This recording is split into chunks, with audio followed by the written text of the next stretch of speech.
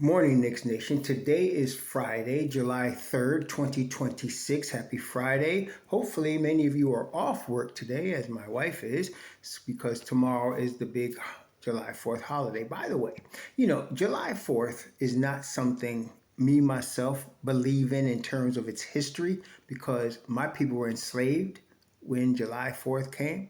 But historically, and in my family and in a lot of your families, July 4th means hot dogs, hamburgers, apple pie, picnics, getting together with the family. So I hope, whatever your stance is on July 4th, that you're getting together with your family and that you're coalesced and that everybody's safe and healthy. Blessings upon those that work in the area of health, along with first responders, doing their best to save lives. Those also that pick up garbage to keep our places clean, and those that make deliveries for our convenience. Double blessings on the men and women trying to help rescue, deliver, and recover teenagers and children, victims of child molestation and pedophilia. The people helping those that are victims of prostitution and child prostitution, pornography, child pornography, human trafficking, and sex slavery. Double curses on the perpetrators, the profiteers, and the perverts that peddle in human flesh, oftentimes innocent human flesh. Curses upon them, because they deserve to go to wherever curses take you. Also, double blessings on the homeless. More than 700,000 men, women, children, families, senior citizens, military veterans, homeless in the United States of America. Blessings upon them, for theirs is the kingdom. So, brothers and sisters, what we are witnessing right now in real time is the combination of the usual summer clickbait, overreaction, and hype that's not necessary for us here in Nick Nation, as we talk about all the time. So, last week, if you recall, I did a couple of videos that, number one, already said Knicks were going to lose Mitchell Robinson. Already said this was planned and Dolan was running interference for the Don in them. Already said that. So when Mitch comes out with a DM and he says, or a message, and he says, the truth will come out. The truth is the Knicks did not want him back. That's the truth. Okay? They did not want him back for several reasons, which I'm sure you go into. Injury prone, has to play part-time but want full-time money, and all of that. Okay? They didn't want him back. Now, second problem. If you recall, when I did the video about Mitch Rob not coming back, I listed some people, some players that we wanted to target. The number one player on my list was Missi. So why would it be surprising that Jamal Mosley, who's a really good coach, defensive coach, tough-minded in the Thibodeau mode coach, would say, no, we're not going to let you have Missi. We're not going to let anybody have Missi, because that's the type of player Mosley wants. And I was thinking if you offered them a sweet enough package, because they got Derek Queen, they just re-signed DeAndre Jordan, who ain't going to play much. He's going to be more like a mentor, but still, maybe they'd let him loose, but they just didn't. Also, some of y'all still need to learn how the Don operates. Come on, y'all. Some people are so caught up in X and emotions that they can't think. Listen, when the Don goes shopping, he has a price in mind. And in the case of what we're dealing with here, a backup center, he knows he's dealing with a minimum contract, maybe a $3 million contract. Now, that being the case, he has a list of players. Number one was Missi. No, it wasn't Kevon Looney. No, it wasn't Nick Richards. It was always Missi. Okay? And so it was a big deal for the media to say they was rejected. They were rejected by Missi. No, it just, they tried, knocked on the door, said no. The Don got a list. We don't know who's next on his list. The next one on my list, though, was Moussa Diabate. Okay? And let me also explain to you this. As the Knicks stand right now, okay, we got a backup center. People may not want him as far as being backup center. It's Trey Jemison. Okay? He gonna be there.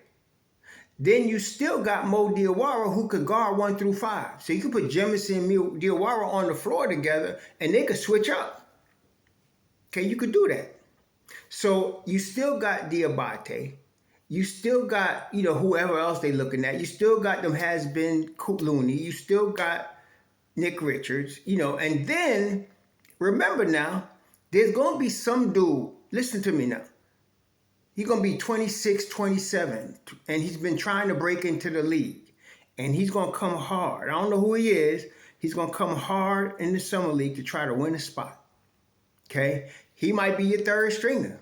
See, what I'm saying to y'all is, when you're looking at the New York Knicks of the next season, the only persons you're missing is Ariel Hooporty, drafted late in the second round, who they was developing, and Mitchell Robinson, who's mostly hurt. That's who you missing. Okay? Now, Mitch Rob, we Mitch Hive. Love Mitch Rob. And I did want them to put him on the bench, as I mentioned a year ago, because it would prolong his career. If Boston and I want you to know this, Boston signed Cater to more money than Mitch. They just signed Cater $56 million. They signed Mitch $47 million. Sounds to me Cater's going to start, which would be smart, because Brad Stevens made a big faux pas in getting PG-13 for Jaylen Brown. Jaylen Brown represented the toughness and drive and force of the Boston Celtics, to me. I had him in my MVP conversation, as many of you know, all last year. As much as I hate Boston, I couldn't deny he was carrying them. Okay? He really was. So Jaylen Brown's going to bring that force and determination and effort to Philly. And you already got a cat that brings that, Tyrese Maxey. Then you got up-and-coming youngin' VJ Edge. Listen, they're going to be tough next year.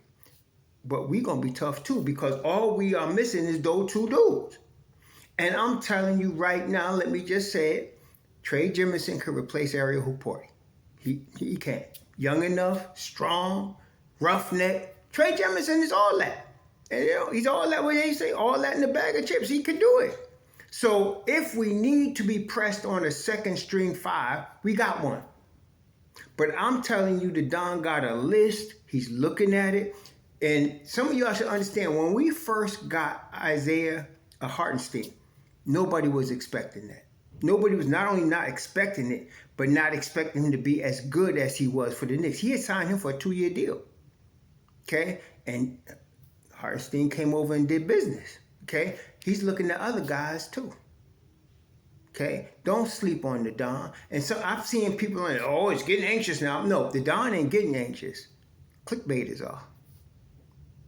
Remember that. The Don ain't getting anxious. The clickbaiters are.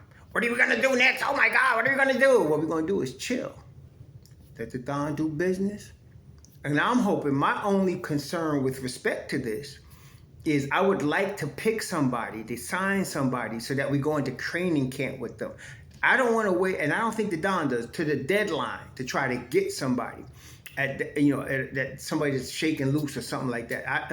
Not at this particular spot, at the 5 spot. We need somebody that's going to be in training camp, picking up what we're doing, understanding what we're trying to accomplish, and with the culture. Jemison, again, is all that. Okay? With the culture. Now, as we're now speaking, the Knicks have 1, 2, 3, 4. They got 5. They got 5 impossibles. So we got 5 guys off the bench, aside from the starting 5. Deuce, Shamet, Diawara, Jemison, Alvarado. And we still got Tyler. Jalen Jones is with them in Pacome Daddy. I don't know if Jones going to stick. It depends on how many they want to bring back. If they trade Tyler and Daddy, they'll get back 1 player, and that will get the Knicks ahead on the second apron again. Like, in other words, we're about 8.6, 8.7 million under the second apron. If you take 2 guys at $5 million and bring back a guy like at $3 million, so now you advance 2 more million in the second apron. So you go from 8 to 10. Then if you want to sign a guy to $3 million, you could, okay, or 3.5, like Missi's a 3.5. You could do it and still not kill the apron situation. So that's available, okay? Missi was the number 1 on my chart and the number 1 on Knicks apparently, and I told y'all why. he's got a future. He got a lot of upside. He's ready now. He could play. The thing is, the Pelicans started Derek Queen a lot last year. 48 games Derek Queen started last year.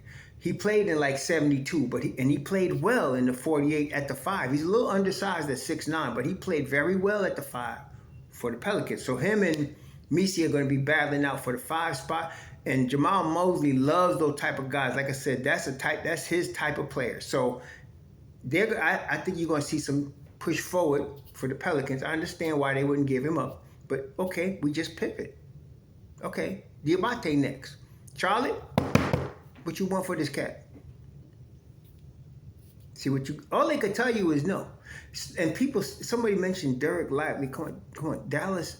Derek Lively was a rookie when Luka and Dallas went to the finals. What you think they're gonna give him up? He's not available. Stop mentioning guys that's not available, and stop getting desperate. Maybe we can go get Jericho Sims, or maybe oh my God, stop looking desperate like a dude that's hungry for something. Chill. You'll get what you want. You gotta chill though. The Knicks don't need a superstar as the backup 5.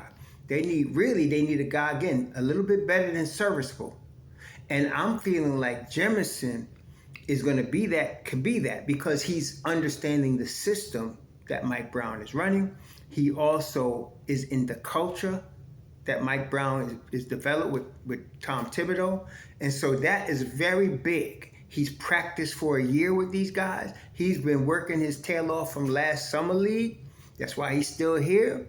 So, we're in good shape. We really are. Yes, we can pick up a 5. We would like somebody a little bit more than serviceable. I'm afraid of Looney because even playing part-time, I'm afraid of his durability and availability.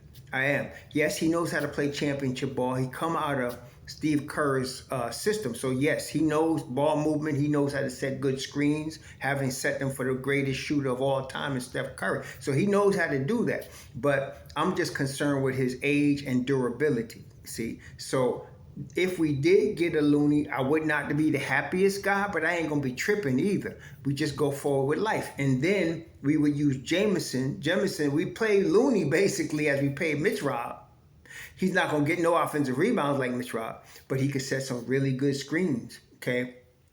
Get people open, okay? That's good. So we'll see.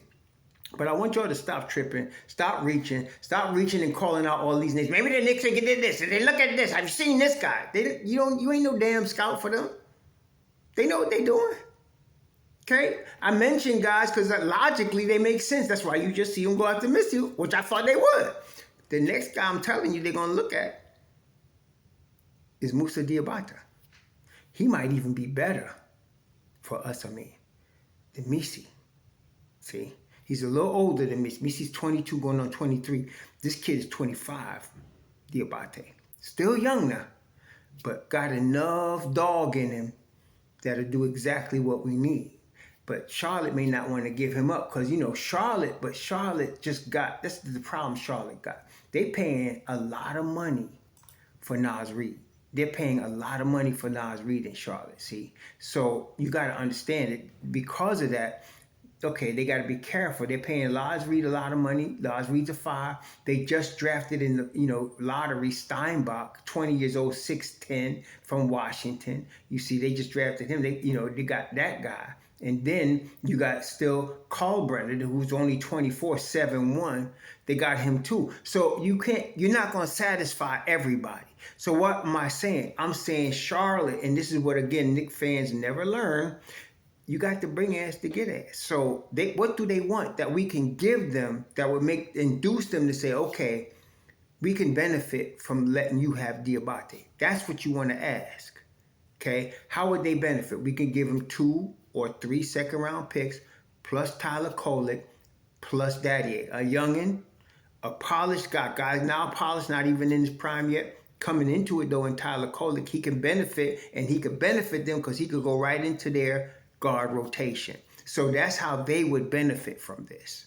Because I would like to keep Tyler Kolek and help him get in our guard rotation. But we really do, in balance, I'm saying we would need Diabate more than we need Kolick. And everybody talking about trading Deuce, would you please stop drinking cheap wine? Why would you try to fill a hole while creating another hole?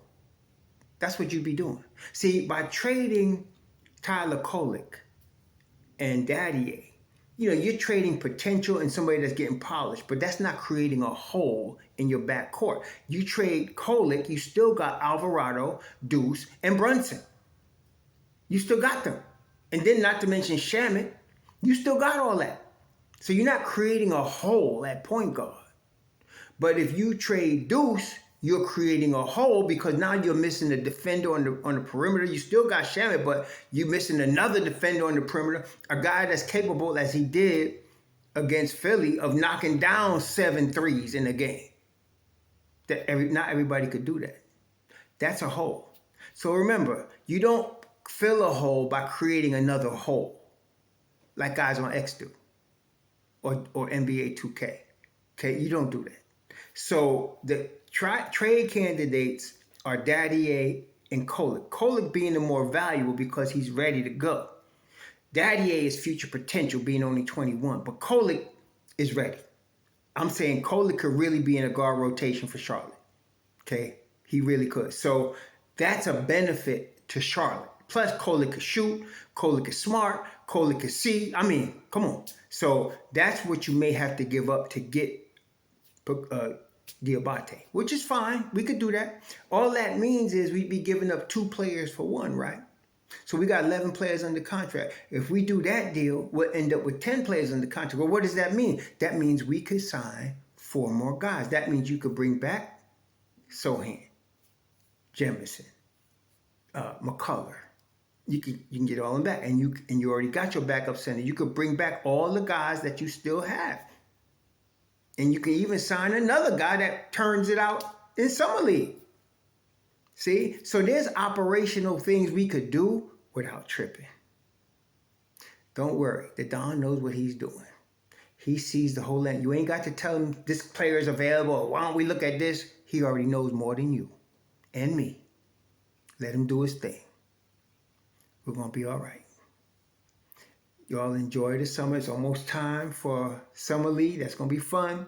Okay, Summer League going to be fun. So Summer League starts, I think, a week from today, the 10th. So that's all good, too. Please be safe. Enjoy the time with your family on this holiday. You're going to eat your hot dogs. You're going to eat your hamburgers. Whatever you're putting on that grill. Enjoy it. Be safe. Don't fight with nobody. Too dangerous out here for that. So